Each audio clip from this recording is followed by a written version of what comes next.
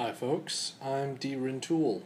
I'm a player on the Play Diplomacy website and a lover of the board game Diplomacy. Here are my recollections of a game I played on the Play Diplomacy website ending around the new year 2017. The game was called Diplowar, and I played as Austria. When I start a game of diplomacy, I begin by reaching out to every power great and small. That's probably a big secret to my success on the diplomacy website. As Austria, I reached out with a particularly warm message of friendship and camaraderie to Italy, since it's my perspective that the best thing for Austria is to always have good relations with Italy and Germany, at least at the start. Happily, Italy responds quickly and with warm acceptance. I think this is the beginning of a beautiful friendship. I take much longer to hear from Germany, and as the game goes on, he will occasionally fail to enter orders. Busy guy, I guess.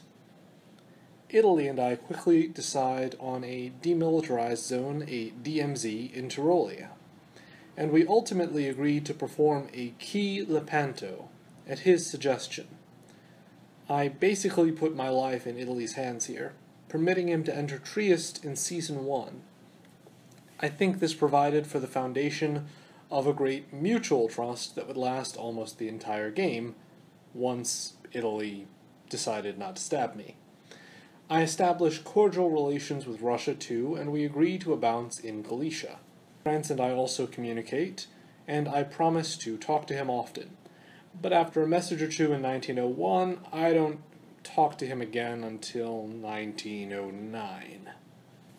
England and I make pleasantries. It's always nice to talk to someone who's too far away to attack you. Germany keeps taking a while to respond to my early messages, but he also agrees to the accepted DMZ of Tyrolia. And Turkey maintains a slightly worrying silence. In fall of 1901, Turkey continues to be silent, perhaps because I allowed Italy to grab Trieste in the spring, and thus Turkey thinks my chances of survival are pretty slim. Either that, or he is engaging in gunboat diplomacy, since I never end up hearing from him. Ever. Oh well. Makes the game a little less complicated, I guess. I level with Russia and bring him into the Italian-Austrian alliance as a third member, promising to head west when Turkey has fallen. Sometimes I feel bad about engaging in this amount of deception. At no point, needless to say, do I actually consider the possibility that I will turn west until Russia is finished. My communications with the other powers dwindle.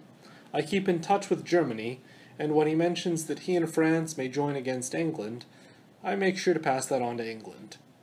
I'm happy to see France and Germany work together, just as long as they don't make any progress. Italy and I continue to execute the key Lepanto pretty immaculately. He chooses not to continue occupying Trieste, and accepts my support into Serbia instead. I breathe a sigh of relief when I see this. Russia also follows through on his pledge to attack Turkey. He builds Fleet Sevastopol, strengthening his position against Turkey.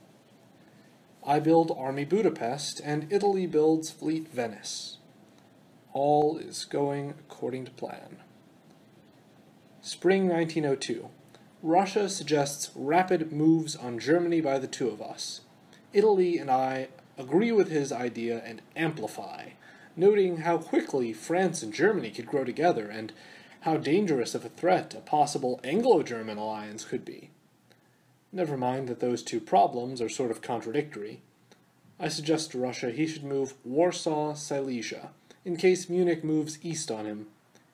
Inexplicably, he seems to buy this idea. I'm actually quite curious about how the Russian expected things to go.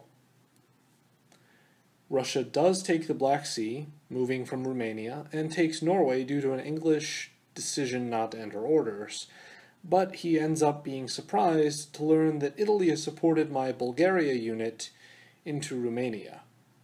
or rather my Budapest unit, into Romania. And also that I've occupied Galicia. So basically, he's been stabbed by me in Italy, and right after we got him to antagonize all of his neighbors. At the same time, Italy and I have built a convoy chain by which to move in on Turkey.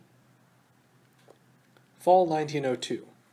Germany, after Russia has invaded his space, attacks Russia and takes Sweden from him. Awesome.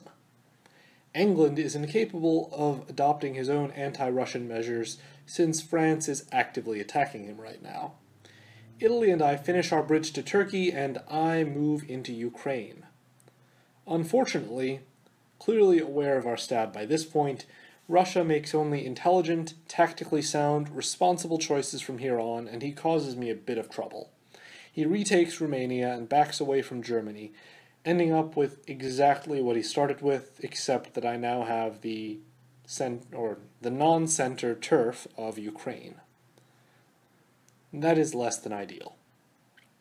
Spring 1903, though, Russia, Italy, and I negotiate to remedy the stab. In reality, Italy and I are just figuring out how we can make the wound stick better this time. This time, I retake Romania with Russian consent, and I move into Galicia and support Italy into Bulgaria.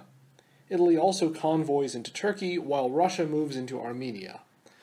Turkey, meanwhile, seems to have given up, since even after being stabbed by me and Italy, Russia still didn't join him. Or perhaps just because he was trying to play without messaging anyone and he realized it didn't work. Fall 1903. Russia and I plan together to move west. I think you really ought to be less worried about Germany and more worried that I have Galicia, but whatever. We pledge to move into Germany together. Again. Italy and I take Constantinople and Smyrna, while Russia grabs Ankara, which means he has officially outlived his usefulness, resulting in me moving into Ukraine once again. Poor Russia. Spring 1904, I seize Sevastopol. The Western Triangle remains unsettled. Italy is beginning to send fleets west. He's agreeing to gradually DMZ supply centers behind my lines. Excellent. While the rest of the board does seem to take notice of us as a threat, they are unable to effectively respond. France comes the closest to behaving in a way that really makes sense. With Italy and I in control of 14 centers together and coming up on 17 rapidly, it makes sense to take us very seriously at this point. As an aside, mathematically, when an enemy alliance is approaching the number of centers required to win the game if they were one power, I think the game is also approaching a point where it should become very difficult to stop that alliance unless you immediately secure the stalemate lines or get everybody to attack the alliance in a concentrated way. You have to hope the alliance will dissolve internally or fold before the might of everyone taken together, because each season makes turning the force of that alliance back through superior strength or tactics much more difficult. Fall 1904. After Russia makes a critical, some might say fatal, error, ordering a retreat to an embattled location, I seize Warsaw. Germany continues effectively helping our cause. I stop messaging him from spring 1904 until fall 1910, though. While Italy and I had persuaded him that taking over France was in his best interests, and he did indeed enjoy some of the spoils we had suggested were available, Germany's plays here were ultimately really short-sighted. I can't say I haven't ever been guilty of greed that flies in the face of self-interest before, but Germany was guilty of this here with surprisingly little need for persuasion. In fairness, most opponents, his aggression here would likely have earned him a place in the draw. Fortunately, Italy and I have settled since the very beginning that this will be a 2-power draw between us. Pinky swear. I even propose such draws a few times as the game goes on, but France kindly shoots them down, without me asking or even being sure I wanted that. Fall 1904 retreats. Russia retreats west, to my surprise, enabling me to use him as a tool in my early attack on Germany. This is a wholly unexpected move, from Germany's perspective, and the fact that he's still trying to occupy his neighbors means this will hurt him a great deal more than it otherwise would. Meanwhile, besides a pesky Black Sea fleet and a fleet in Ankara, Russia is all but gone from the east. Spring 1905. Italy begins the process of trying to advance into France rather than merely moving closer to him. It's pretty interesting how this progresses. France engages in some rather strong defensive play, but Italy makes advances by sea that begin the process of making it impossible for our opponents to ever create a solid defensive line in the Mediterranean, which makes a defensive line for them anywhere borderline impossible to hold over the long term. While France pushes Italy back in Piedmont, long term I think Piedmont will be impossible for him to hold. It's bordered by too many spaces that are under our control. Germany, Italy, and I take the last Russian centers. And of course, Germany and England are still fighting. There's something wrong with that. I'll leave you to figure out what.